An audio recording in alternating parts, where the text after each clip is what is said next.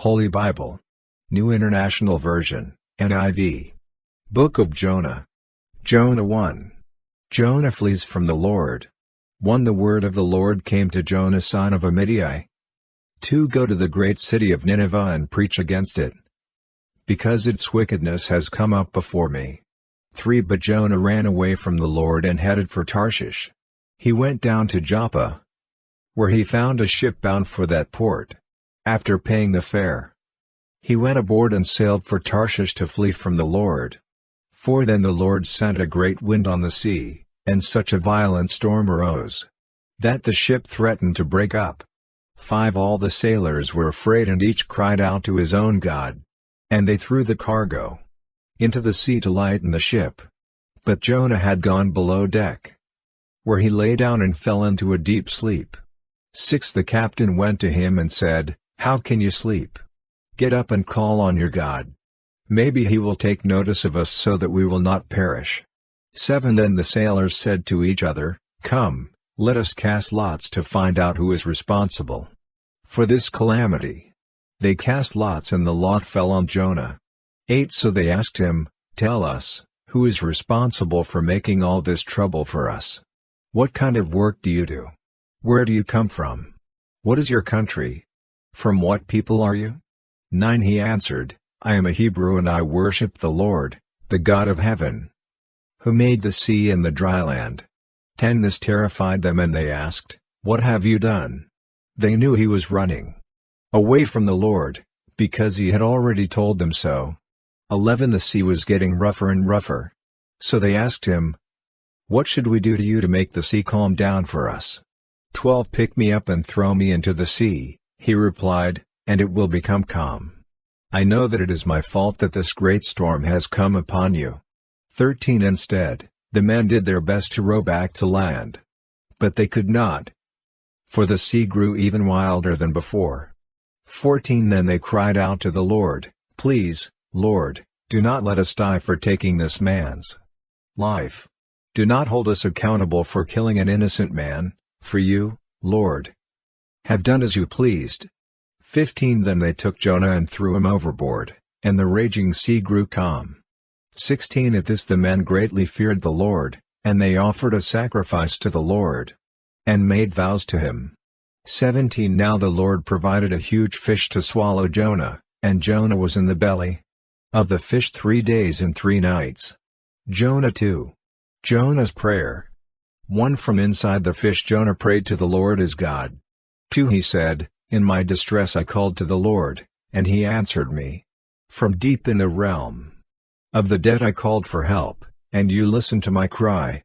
3. You hurled me into the depths, into the very heart of the seas, and the currents swirled about me, all your waves and breakers swept over me.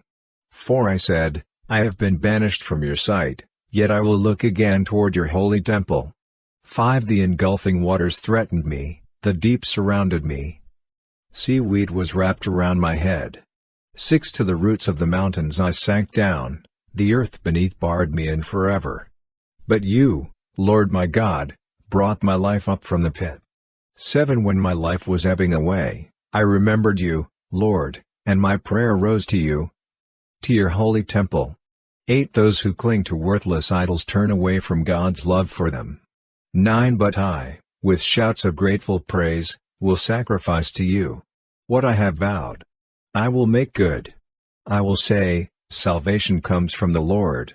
10. And the Lord commanded the fish, and it vomited Jonah onto dry land. Jonah 3. Jonah goes to Nineveh. 1. Then the word of the Lord came to Jonah a second time. 2. Go to the great city of Nineveh and proclaim to it the message I give you. 3. Jonah obeyed the word of the Lord and went to Nineveh. Now Nineveh was a very large city, it took 3 days to go through it. 4. Jonah began by going a day's journey into the city, proclaiming, 40 more days and Nineveh will be overthrown. 5. The Ninevites believed God. A fast was proclaimed, and all of them, from the greatest to the least, put on sackcloth. 6. When Jonah's warning reached the king of Nineveh, he rose from his throne, took off his royal robes, covered himself with sackcloth and sat down in the dust. 7 This is the proclamation he issued in Nineveh, by the decree of the king and his nobles. Do not let people or animals, herds or flocks, taste anything, do not let them eat or drink. 8 But let people and animals be covered with sackcloth. Let everyone call urgently on God. Let them give up their evil ways and their violence. 9 Who knows? God may yet relent and with compassion turn from his fierce anger, so that we will not perish. 10 When God saw what they did and how they turned from their evil ways, he relented and did not bring on them the destruction he had threatened. Jonah 4. Jonah's anger at the Lord's compassion. 1 But to Jonah this seemed very wrong, and he became angry. 2 He prayed to the Lord, "Isn't this what I said, Lord, when I was still at home? That is what I tried to forestall by fleeing to Tarshish. I knew that you are a gracious and compassionate God, slow to anger and abounding in love, a God who relents from sending calamity. 3 Now, Lord, take away my life, for it is better for me to die than to live." 4 But the Lord replied, "Is it right for you to be angry?" 5 Jonah had gone out and sat down at a place east of the city. There he made himself a shelter, sat in its shade and waited to see what would happen to the city. 6 Then the Lord God provided a leafy plant and made it grow up over Jonah to give shade for his head to ease his discomfort, and Jonah was very happy about the plant. 7 But at dawn the next day God provided a worm, which chewed the plant so that it withered. 8 When the sun rose, God provided a scorching east wind, and the sun blazed on Jonah's head so that he grew faint. He wanted to die, and said, "It would be better for me to die than to live." 9 But God said to Jonah, "Is it right for you to be angry about the plant?" "It is," he said. "And I'm so angry I wish I were dead." 10 But the Lord said, "You have been concerned about this plant, though you did not tend it or make it grow. It sprang up overnight and died overnight."